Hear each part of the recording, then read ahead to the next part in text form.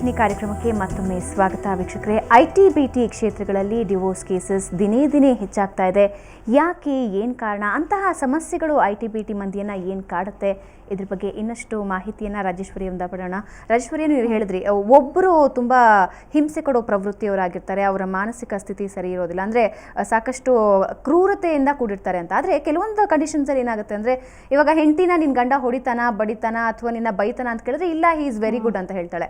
ಹಾಗೆ ಗಂಡನ ಹತ್ರ ಹೋಗ್ಬಿಟ್ಟು ನಿನ್ನ ಹೆಂಡತಿ ನಿನಗೆ ಚೆನ್ನಾಗಿ ನೋಡ್ಕೊಳ್ಳೋದಿಲ್ವಾ ಅಥವಾ ಪ್ರಾಬ್ಲಮ್ ಮಾಡ್ತಾಳ ಅಂದರೆ ಇಲ್ಲ, ಶಿ ಈಸ್ ವೆರಿ ಗುಡ್. ಆದರೂ ಕೂಡ ಅವರಿಬ್ಬರ ಮಧ್ಯೆ ಕಮ್ಯುನಿಕೇಷನ್ ಗ್ಯಾಪ್ ಅಥವಾ ಇಬ್ಬರು ಹೊಂದ್ಕೊಳ್ಳೋದಿಲ್ಲ, ನಮಗೆ ಡಿವೋರ್ಸ್ ಬೇಕು ಅಂತಾರೆ. ಯಾಕೆ? ಸೆಲ್ಫ್ ಥಾಟ್ ಇರಲ್ಲ ಇಬ್ರು. ಅದು ಒನ್ ಆಫ್ ದ ಸ್ಪೌಸ್ಗೆ ಸೆಲ್ಫ್ ಥಾಟ್ ಇರಲ್ಲ, ಇಂಡಿಪೆಂಡೆಂಟ್ ಥಾಟ್ ಇರಲ್ಲ. ಅಪ್ಪ ಹೇಳಿದ್ರ ಡೈವರ್ಸ್ ತಗೋ, ಅಮ್ಮ ಹೇಳಿದ್ರ ತಗೋ, ಅಕ್ಕ ಹೇಳಿದ್ರ, ಭಾವ ಹೇಳಿದ್ರ. ಇವಾಗೆಲ್ಲ ಏನು ಟ್ರೆಂಡ್ ಅಂದರೆ ಮೋರ್ ದೆನ್ ಇಲ್ಲ, ಅಕ್ಕನ ಗಂಡ ಇರ್ತಾರಲ್ಲ ಅವ್ರು ಡಾಮಿನೇಟ್ ಮಾಡ್ತಾರೆ ಆ ಹುಡುಗಿಗೆ. ಬಿಕಾಸ್ ಅವನು ಒಳ್ಳೆ ಇಂಟೆಲಿಜೆಂಟಾಗಿ ಪೋಟ್ರೆ ಮಾಡ್ತಾ ಇರ್ತಾನೆ. ಸಡನ್ನಾಗಿ ಇಂಟೆಲಿಜೆಂಟ್ ಹುಡುಗಿ ಮನೆ ಒಳಗಡೆ ನುಗ್ಗಿದಾಗ ಥ್ರೆಟ್. ಆವಾಗ they try to spoil the relationship.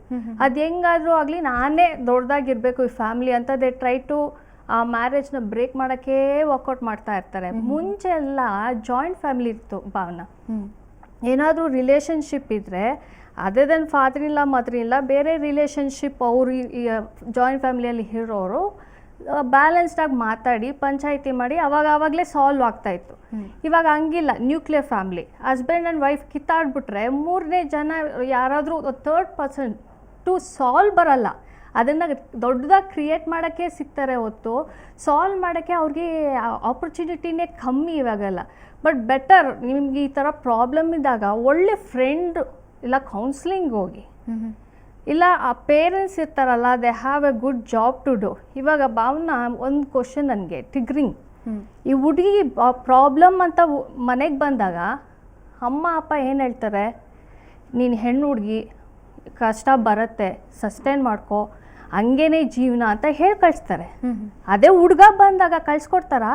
ಇಲ್ಲ, ಬಿಡೋ ಅವಳಿಲ್ಲ ಅಂದರೆ ಇನ್ನೊಂದು.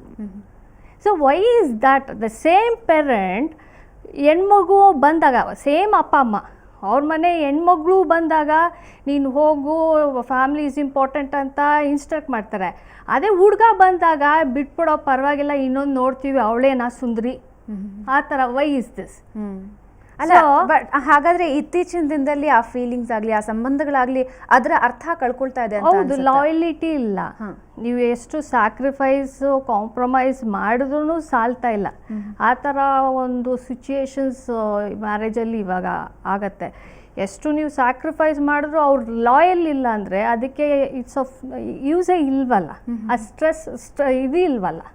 ಸೊ ಮೋಸ್ಟ್ ಆಫ್ ದೆಮ್ ಏನಂದರೆ ಇಂಟರ್ನೆಟ್ ಚಾಟಿಂಗಲ್ಲಿ ಈ ಹೌಸ್ ವೈಫು ನವಡೇಸ್ ಅವ್ರಿಗೆ ಏನಂದರೆ ಈ ಐ ಟಿಯಲ್ಲಿ ಬ್ಯುಸಿಯಾಗಿರ್ತಾರೆ ಹಸ್ಬೆಂಡು. ಇವ್ರುಗಳಿಗೆ ದೇ ನೀಡ್ ಎ ಆಲ್ಟರ್ನೇಟಿವ್.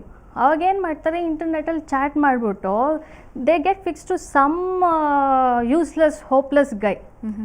ಆ ಥರ ಇನ್ವಾಲ್ವ್ ಆಗಿ ಮ್ಯಾರಿಟಲ್ ಲೈಫು ಹೋಗುತ್ತೆ, ಇವ್ರ ಲೈಫು ಹೋಗುತ್ತೆ.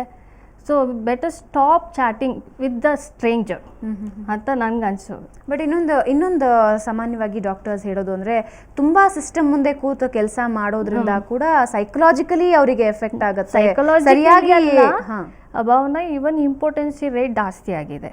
ಇಟ್ ಇಸ್ ಬೀನ್ ಇದು ದಟ್ ಮೋರ್ ನೀವು ಇದು ಕಂಪ್ಯೂಟರ್ ಮುಂದೆ ಬಂದು ಕೆಲಸ ಮಾಡಿದಾಗ ಇಂಪಾರ್ಟೆನ್ಸಿ ಜಾಸ್ತಿ. ಇವಾಗ ಐ ಟಿ ಕಪಲ್ಸ್ಗೆಲ್ಲ ದೇ ಹ್ಯಾವ್ ಪ್ರಾಬ್ಲಮ್. ಮಗು ಆಗೋದೇ ಒಂದು ದೊಡ್ಡ ಇಶ್ಯೂ ಆಗೋಗಿದೆ ಅವ್ರಿಗೆ. So this is all problems. Workload ಅಷ್ಟು ಇರುತ್ತೆ ಅಂದರೆ ಅವ್ರಿಗೆ ಈ ಥರ ಅವ್ರ ಪರ್ಸ್ನಲ್ ಲೈಫ್ಗೆ ಟೈಮೇ ಇರಲ್ಲ ಪಾಪ. ಅದಕ್ಕೆ it ends up in divorce. Okay, ಇವಾಗ ನಾವು ಡಿವೋರ್ಸ್ಗೆ ಹೋಗೋದಕ್ಕೆ ಮುಂಚೆ ಇದನ್ನು ಸರಿಪಡಿಸ್ಕೋಬಹುದು ಅಂದರೆ ಏನೆಲ್ಲ ಅವಕಾಶಗಳಿದೆ ರಾಜೇಶ್ವರಿ ಅವರೇ? ಇದು ಬಂದು ಜನರಲ್ ಸ್ಟೇಟ್ಮೆಂಟ್ ಮಾಡೋಕ್ಕಾಗಲ್ಲ ಭಾವನೆ. ಒಂದೊಂದು ಹುಡುಗಿಗೆ ಎಷ್ಟು, ಒಂದು ಹುಡುಗಿ ಆಗಲಿ ಹುಡುಗನಿಗಾಗಲಿ ಅವ್ರವ್ರ ಪರ್ಸ್ನಲ್ ಸಸ್ಟೈನಬಿಲಿಟಿ ಆ್ಯಟಿಟ್ಯೂಡ್ ಏನಿದೆಯೋ ಅದ್ಮೇಲೆ ಡಿಪೆಂಡ್ ಆಗುತ್ತೆ.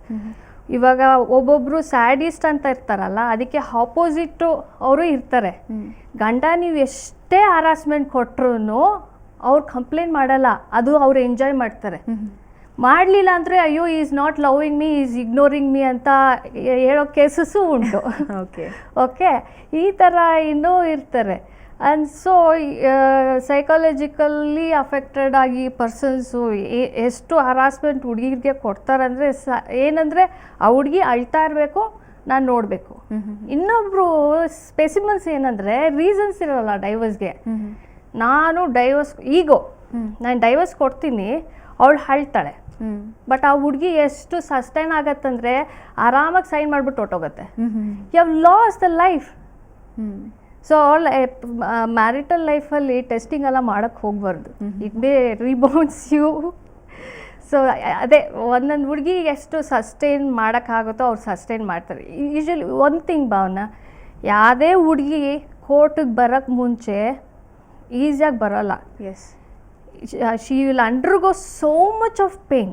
ಈ ಕಡೆ ಹಸ್ಬೆಂಡು ಲವ್, ಈ ಕಡೆ ಅನ್ಯಾಯ ಆಗಿರೋದು, ಈ ಎರಡು ಆಸ್ಪೆಕ್ಟ್ಸನ್ನು ಇಟ್ಕೊಂಡು ಬ್ಯಾಟಲ್ ಮಾಡಿಕೊಂಡು ಅವಳು ಬರೋದು. ಇವಾಗ ಏನಾಗತ್ತಂದರೆ ಹುಡುಗರು ಏನು ಮಾಡ್ತಾರೆ, ಡೈವರ್ಸ್ಗೆ ಹಾಕ್ತಾರೆ.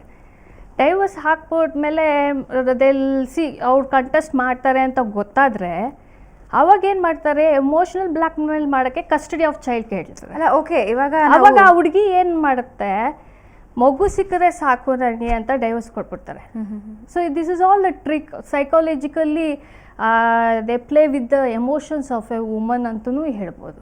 ಓಕೆ, ಇನ್ನಷ್ಟು ಇದ್ರ ಬಗ್ಗೆ ಮಾತಾಡ್ತೀವಿ. ಸೊ ವೀಕ್ಷಕರೇ, ITBT ದಂಪತಿಗಳು ಸಾಕಷ್ಟು ಡಿವೋರ್ಸ್ ಕೇಸ್ಗಳಿಗೆ ಒಳಗಾಗ್ತಾ ಇದ್ದಾರೆ. ಯಾಕೆ ಕಾರಣ, ಏನಾಗ್ತಾ ಇದೆ ಅವ್ರ ಜೀವನದಲ್ಲಿ, ಇದ್ರ ಬಗ್ಗೆ ಸಾಕಷ್ಟು ಮಾಹಿತಿ ತಿಳ್ಕೊಂಡ್ರಿ. ಕಾನೂನಿನಲ್ಲಿ ಯಾವೆಲ್ಲ ಕ್ರಮಗಳಿವೆ ಅದ್ರ ಬಗ್ಗೆ ತಿಳ್ಕೊಳ್ಳೋಣ. ಅದಕ್ಕೂ ಮುಂಚೆ ಒಂದು ಚಿಕ್ಕ ಬ್ರೇಕ್.